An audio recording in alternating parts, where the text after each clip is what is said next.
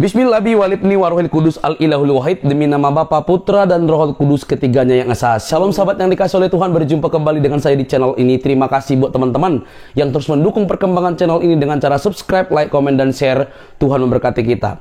Sahabat yang dikasih oleh Tuhan, satu alasan kenapa harus banyak umat muslim memperhatikan apologetik Kristen, karena ada data-data yang selama ini mungkin teman-teman tidak tahu, namun dibukakan dengan baik dan dapat dipelajari, diakses, dan didengarkan, yang dapat menambah wawasan.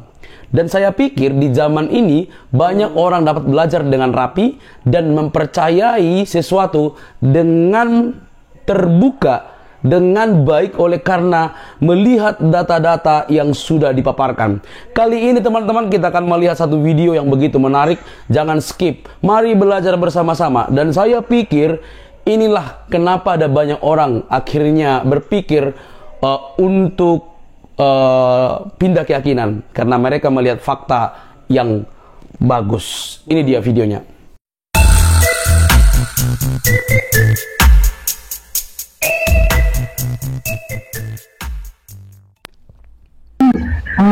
Mengawin-ngawinkan ayat sesuai dengan apa yang kita mau gitu.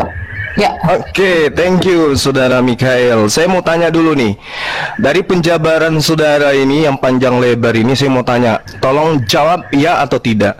Jemaat perkumpulan orang-orang yang ada ketika Yesus memberikan mandat kepada Petrus muridnya, apakah jemaatnya itu adalah kumpulan orang-orang yang tidak bersunat? Jawab. Ya, benar. Hah? Orang-orang yang bersunat. Aha, orang-orang yang bersunat berarti jemaat pertama Kristen atau bukan?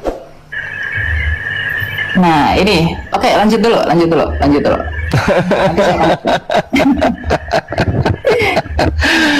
Saudara harus memahami bahwasanya Kristen itu di dalam pandangan Paulus sendiri adalah kumpulan orang-orang yang hidup secara kafir.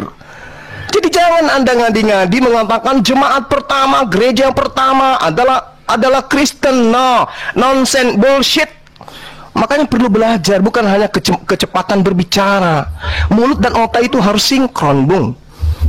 Jadi jemaat pertama yang didirikan oleh Petrus adalah jemaat Yahudi, bukan Kristen. Kumpulan orang-orang yang tidak bersunat haram hukumnya masuk di dalam jemaatnya orang Yahudi sampai hari ini. Jadi jangan mimpi. Anda boleh lincah berbicara, tapi Anda tidak berdata. Oke? Nah, sekarang saya sadarkan kepada saudara, ketika saudara mengatakan Taurat itu hanya bayang-bayang, ilmunya dari mana? Dari orang Farisi kan? Nah, itulah kalian, pengikut orang Farisi. Sementara Tuhan memberikan pernyataan yang sangat luar biasa di dalam pemahaman orang Yahudi itu sendiri, bahwa Taurat yang datang kepada Nabi Musa itu adalah jalan hidup, yang siapapun yang menapaki daripada hukum Taurat itu dalam kehidupan orang Bani Israel, mereka akan mendapatkan hidup. Itu Kristen di situ nggak ada. Anda mengatakan hukum Tuhan adalah bayang-bayang, itu mau Anda, karena Anda Kristen. Tetapi orang Yahudi, di mana mereka adalah umat yang diangkat derajatnya oleh Tuhan, apakah pernah diajarkan Taurat itu bayang-bayang dan yang benar adalah ajaran Kristen? Mimpi. Itu mimpi, dukung. Makanya Yesus mengatakan, wahai Bani Israel, waspadalah kepada orang Farisi. Tapi kalau di Kristen, wahai orang Kristen, rangkulanlah dengan orang Farisi. Coba Anda lihat itu dari kacamata perspektif kerangka berpikir Anda aja dulu. Kristen berasal dari orang Farisi atau bukan? Yes, orang Farisi. Siapa orang Farisinya? Paulus. Apa pembuktiannya? Pengakuan dari mulutnya sendiri. Di mana diterangkan? Filipi 3 nomor 5. Aku adalah orang Ibrani asli dari keturunan Benyamin. Aku adalah orang Farisi. Kata Yesus, waspada. Ini waspada. Dan betul saja. Sekali lagi saya katakan, kalau Anda cerdas, Anda orang terpelajar, satu-satunya pemain tunggal yang mendirikan agama, mendirikan sekte di luar daripada agama Yahudi yang dianut oleh Yesus, hanya Paulus. Sekte apa itu? Kristen. Orang Yahudi menyebutnya Nasrani. Itu diterangkan dalam Kisah Para Rasul 24 nomor 5. Jadi tolong teman-teman Kristen, mulai hari ini Anda imani dan percayai bahwa jemaat pertama adalah Kristen. Itu buyar, tinggalkan itu adalah pembodohan. Jemaat pertama yang didirikan oleh Petrus adalah kumpulan ahli-ahli Taurat. Mereka adalah orang-orang yang bersunat. Mereka yang ketika masuk ke bait suci bukan duduk di bangku, tetapi mereka berdiri untuk sujud di hadapan Tuhannya mereka. Sebelum masuk ke rumah ibadah mereka cuci kaki, cuci tangan, membasuh wajah dan seterusnya. Mereka wudhu. Sementara Kristen Itu beda. Jadi jangan pernah mimpi jemaat mula-mula yang didirikan di atas batu karang itu adalah Kristen. Itu pembodohan. Catat itu. Jemaat yang didirikan Petrus adalah kumpulan orang-orang yang bersunat. Mereka adalah praktisi Torah. Ya, catat. Sehingga ketika Anda mengatakan kami adalah Kristen awal mula dari muridnya Yesus, itu bohong. Paulus mendirikan sekte di Antioquia itu karena dia mengaku dia diutus sebagai rasul kepada orang-orang yang tidak bersunat. Maka jemaat pertama, orang-orang yang tidak bersunat, pemakan babi adalah Kristen, dan itu tidak ada korelasinya dengan pengajaran Yesus. Jadi ketika Yesus mengatakan waspadalah kepada serigala-serigala yang nyamar seperti domba, yang dimaksud tidak lain adalah Paulus in the gang. Silakan Anda bantah. Oke. Ya, terima kasih Pak Juma ya.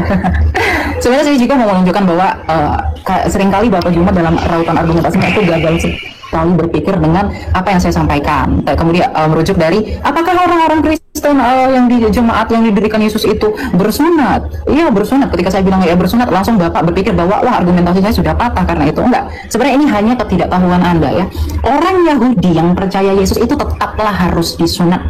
Karena sedangkan orang Yahudi yang percaya Yesus tidak dibebankan hukum sunat. Kisah Para Rasul 21 ayat 25. Tetapi mengenai bangsa-bangsa lain yang telah menjadi percaya, sudah kami tuliskan keputusan-keputusan kami, yaitu mereka harus menjauhkan diri dari makanan yang dipersembahkan berhala, dari darah, dari daging binatang yang mati, dan dicekik dari percabulan. Ayat 20-nya kalau kita melihat sebelum sampai kepada konklusi ini, mendengar itu mereka memuliakan Allah. Lalu yang berkata kepada Paulus, saudara, lihatlah beribu-ribu orang Yahudi telah menjadi percaya, dan semuanya rajin memelihara hukum Taurat. Di ayat 22-nya, tetapi mendengar tentang engkau, bahwa engkau mengajar semua orang Yahudi yang tinggal di antara bangsa-bangsa lain untuk melepaskan hukum Musa. Bangsa lain untuk melepaskan hukum Musa. Bapak harus mengerti ya, bahwa ketentuan sunat itu diberikan kepada yang memang diteruskan dari Abraham, kemudian berakhir di orang-orang Yahudi dari kedua belah suku Israel ini sebagai bentuk perjanjian mereka. Kemudian selanjutnya dikatakan sebab engkau menyatakan supaya mereka jangan menyunatkan anak-anaknya dan jangan hidup menurut adat istiadat kita.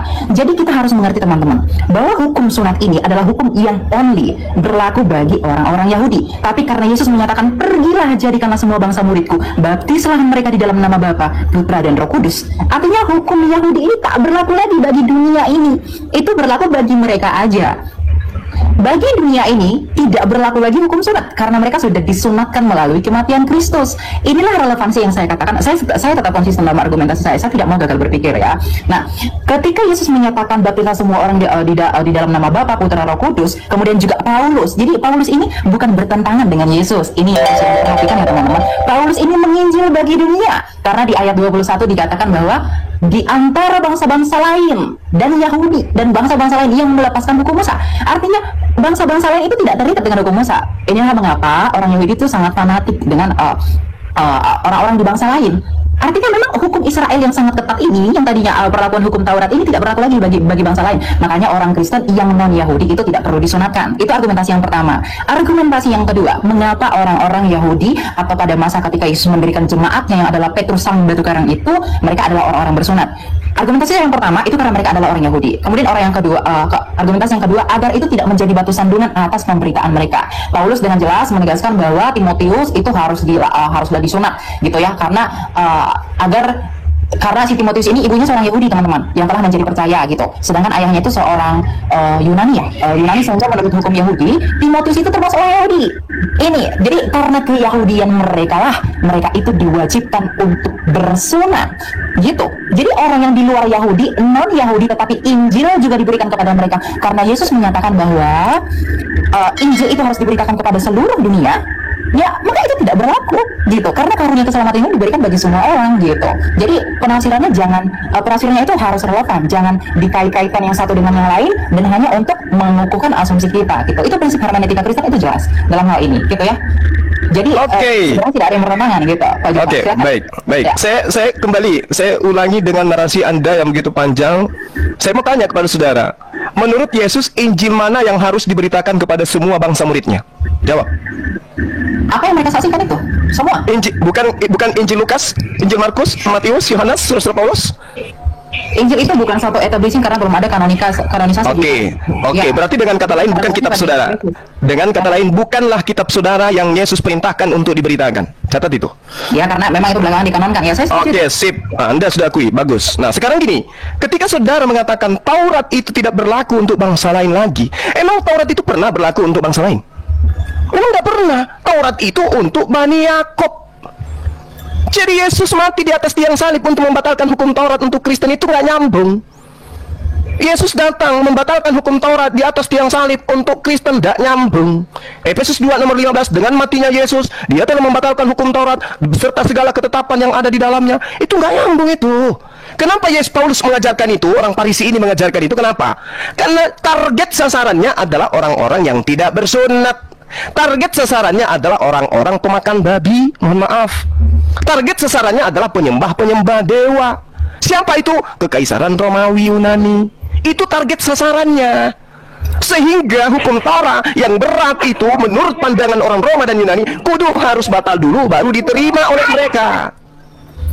Makanya pernyataan Paulus itu jelas. Jadi kalau Anda mengatakan Taurat tidak berlaku lagi untuk bangsa lain, Bung, Anda belajar di mana? Hukum Taurat itu untuk Bani Israel, bukan untuk non-Israel. Maka sekarang, hai orang Israel, dengarkanlah ketetapan dan peraturan yang kuajarkan kepadamu untuk dilakukan supaya kamu hidup. Ini untuk orang Israel. Jangan kau menambahi, jangan kau mengurangi. Ulangan 4, satu perikop Anda baca. Anda nggak nyambung di situ. Kemudian ulangan 6. Inilah perintah, yakni ketetapan dan peraturan yang kuajarkan kepadamu atas perintah Tuhan Allahmu yang dilakukan di negeri di mana kamu pergi untuk mendidikinya. Supaya seumur hidupmu, engkau, anak cucumu takut akan Tuhan, berpegang pada segala ketetapan yang dan perintahnya yang disampaikan kepadamu, supaya lanjut umurmu. Maka dengarlah, hai orang Israel. Tak ada itu, Bang. Taurat itu untuk Bani Israel. Kalau Anda kurang yakin, silakan Anda baca di dalam Ulangan 33. Hukum yang ada untuk Bani Yakub saja, bukan untuk Anda. Jadi kenapa Yesus mati untuk Anda? Apa hubungannya? Kalau Yesus datang untuk membatalkan dalam perspektif Anda menggenapi, kenapa untuk Anda? Anda sopo? Di dalam Ulangan 33 dijelaskan, Musa telah memerintahkan hukum Taurat kepada kita, satu milik bagi jemaah Bani Yakub. Anda Bani Yakub? Bukan. Satu lagi, Yeremia 31:31, aku akan membuat perjanjian baru dengan Bani Israel dan Bani Yehuda. Anda Bani apa? Hah? Bukan Anda. Jadi ngapain Yesus mati di atas tiang salib untuk Anda? Ngapain? Tujuannya untuk membatalkan hukum Taurat. Iya, berarti Yesus untuk Bani Israel, bukan untuk Anda. Kalaupun dia dipaksakan untuk mati sebagai persembahan kepada dewa, dia dipersembahkan untuk Bani Israel, bukan untuk Anda.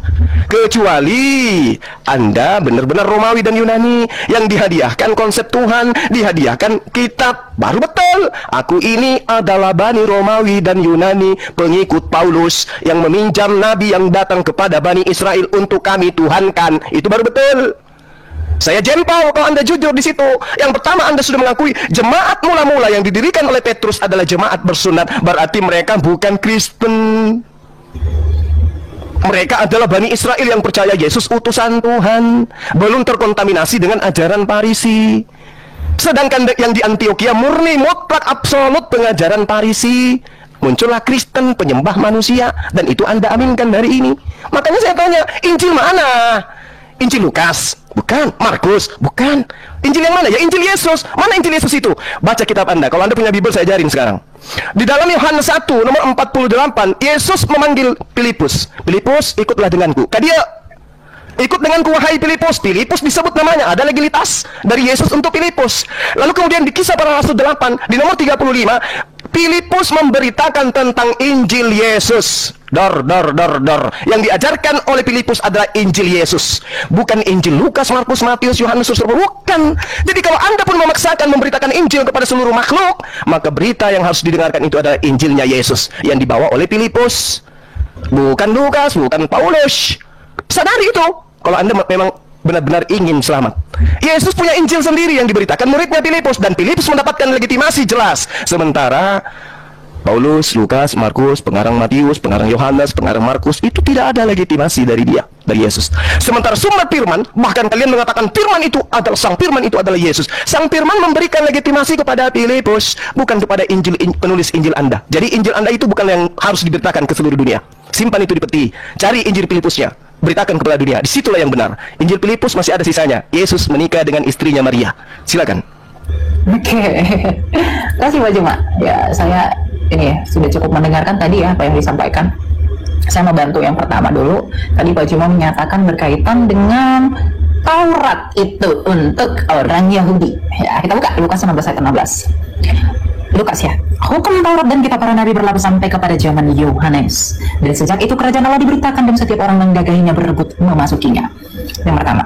Yang kedua, Matius 11 ayat 13. Sebab semua nabi dan kitab Taurat bernubuat hingga tampilnya Yohanes. Jadi Lukas, Matius itu relevan bahwa Taurat itu hanya berakhir dan berlaku sampai di masa Yohanes.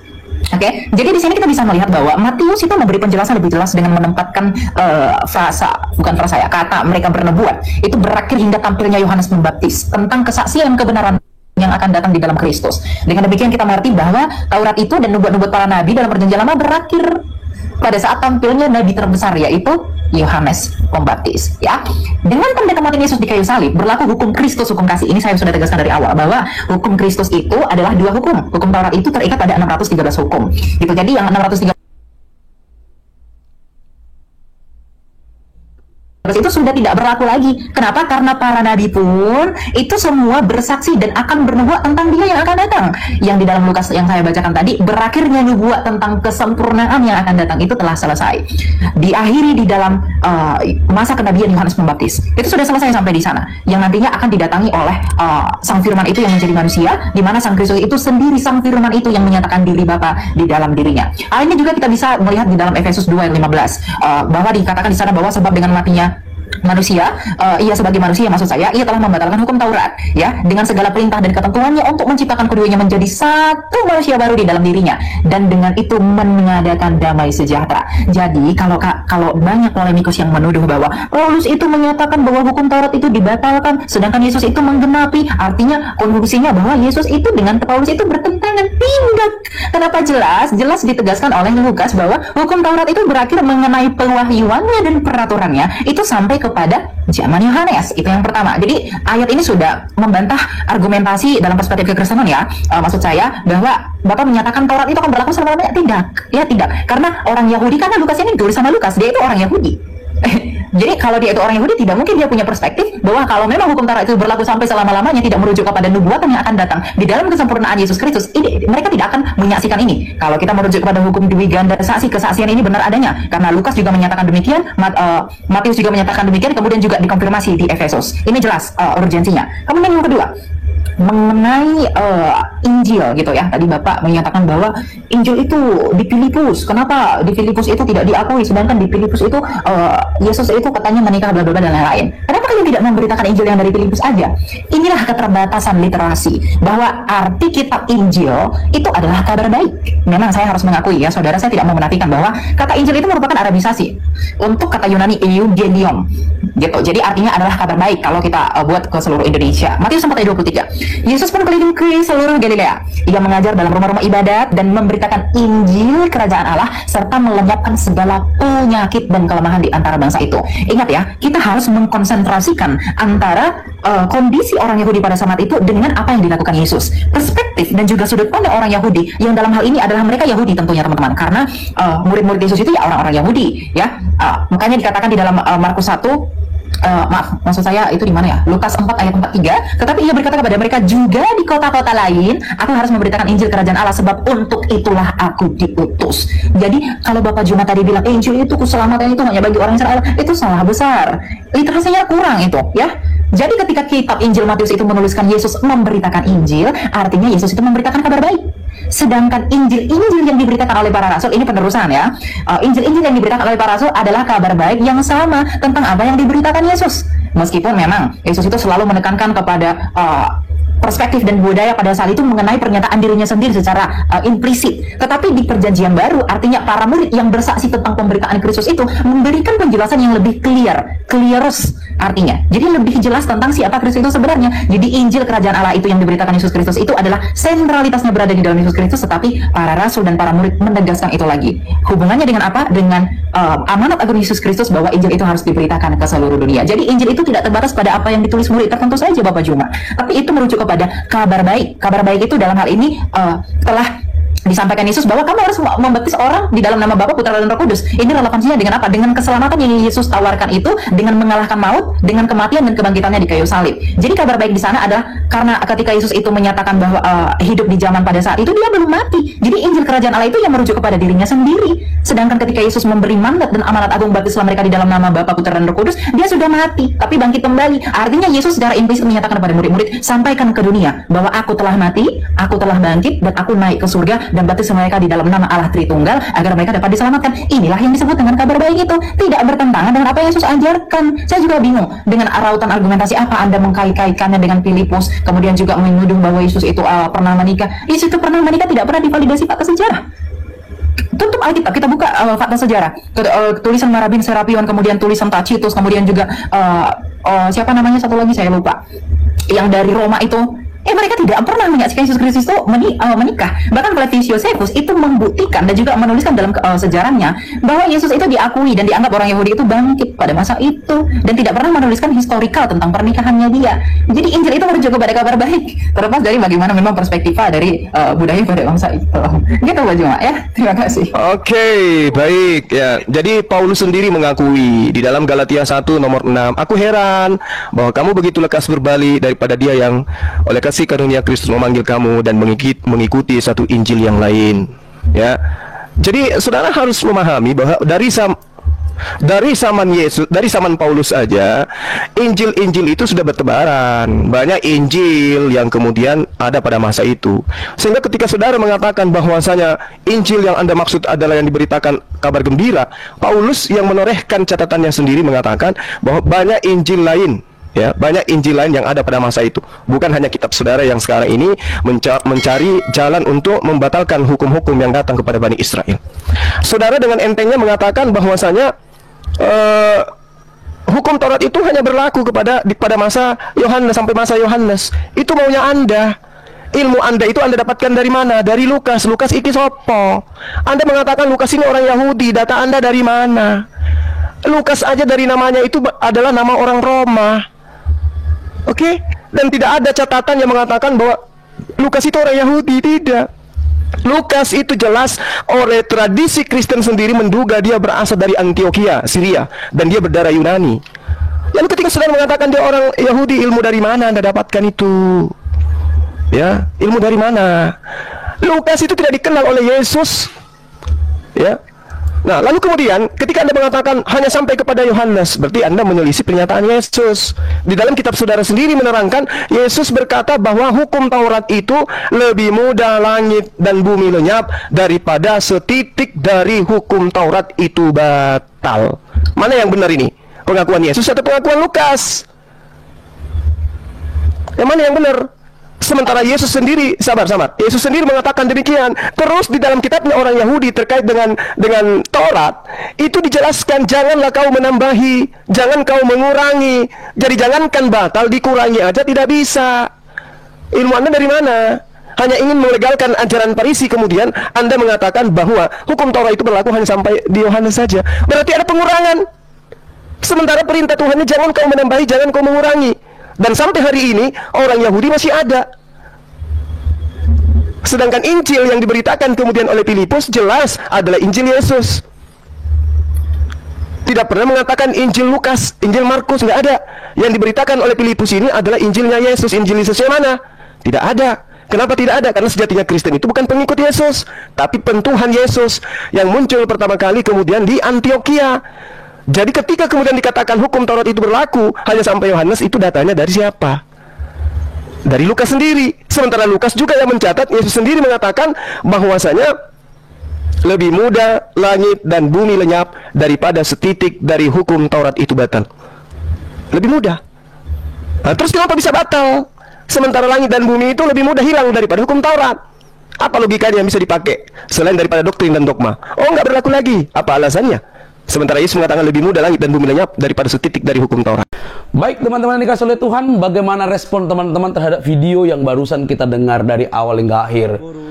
Satu pernyataan yang harus saya katakan, kalau Anda tidak setuju, kalau Anda kepanasan, ya skip saja.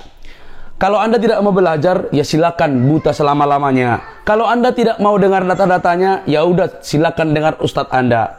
Tetapi yang namanya belajar untuk mencerdaskan banyak orang, maka kita harus siap membuka literatur yang bertanggung jawab. Dan apa yang disampaikan oleh para apologetik ini tidak ada istilah mau melukai, tetapi bagaimana membukakan fakta bahwa ada banyak yang mirip-mirip di dalam Quran dengan di dalam Alkitab, namun kisahnya itu berbeda. Pengutipan nama bisa saja sama, tetapi kisahnya itu bisa saja berbeda-beda.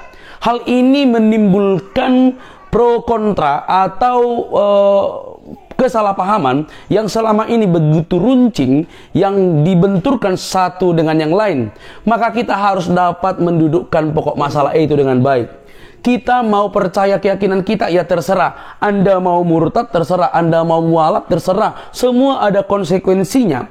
Tetapi kita harus berdiri di dalam keimanan kita yang berlandaskan dengan baik, sesuai dengan sejarah, literatur, dan ceritanya itu tidak lompat-lompat, namun tertata rapi, dipercaya, disaksikan, bukan asal-asalan. Teman-teman, saya memberikan sebuah video ini supaya ada banyak orang yang akhirnya melihat data ini dengan terang dan berpikir bahwa apakah yang teman-teman yakini itu sudah benar, sudah tepat, atau hanya karena ajaran harus imani dan segala macam.